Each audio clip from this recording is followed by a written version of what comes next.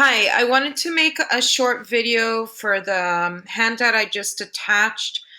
So if you look at the distribution of heights of adult American men, saying that it's approximately normal with the mean of 69 and standard deviation of 2.5.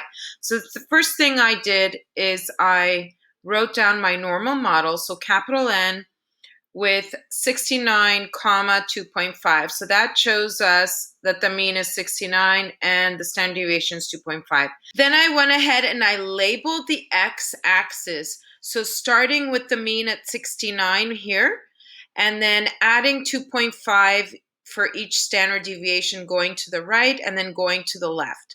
Using the empirical rule, I then added the 34%, one standard deviation to the right, one standard deviation to the left, and you could see the breakdown is if you do 95% right and left, if you just subtract 95 from 68, you will get 13.5. It is symmetrical on both sides. So the interval between 64 and 66.5 is 13.5, and the interval between 71.5 and 74 is 13.5. So if you add up all these percentages, you will get 95%.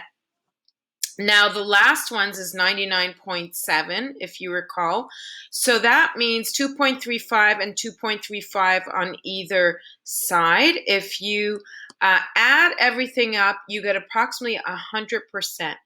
Now, these tails actually go on to infinity. So if I actually drew to the left, then I have negative infinity going this direction, and I have positive infinity of the tail going in to the right.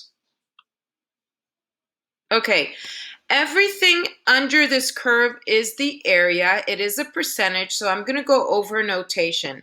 The first letter A, it says, what percent of men are taller than 74 inches? Well, if you look at the normal curve, 74 inches is right here. So taller than 74, if I just drew a little curve here, I shaded the region, the area that I'm interested in.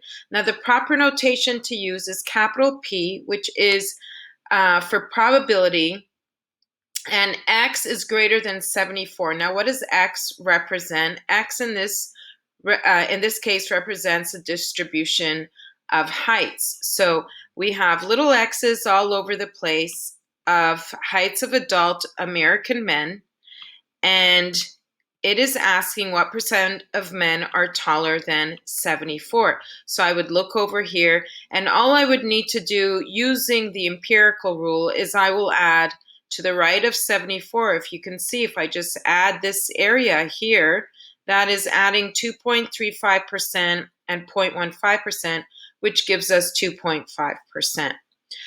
Then the question asks, between what heights do the middle 95% of men fall? Well, the middle 95%, if you recall, is 2 standard deviation to the right and left. So if I look at my curve from the middle, 2 standard deviations to the right is 74, and 2 standard deviations to the left is 64.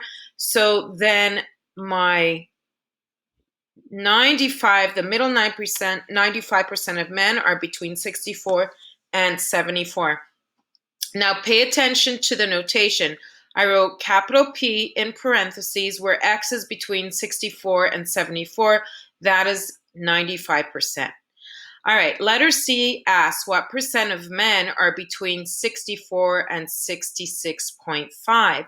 So if you look at the curve again, between 64 and 66.5, I shaded it over here. It's this little region, and that represents 13.5%.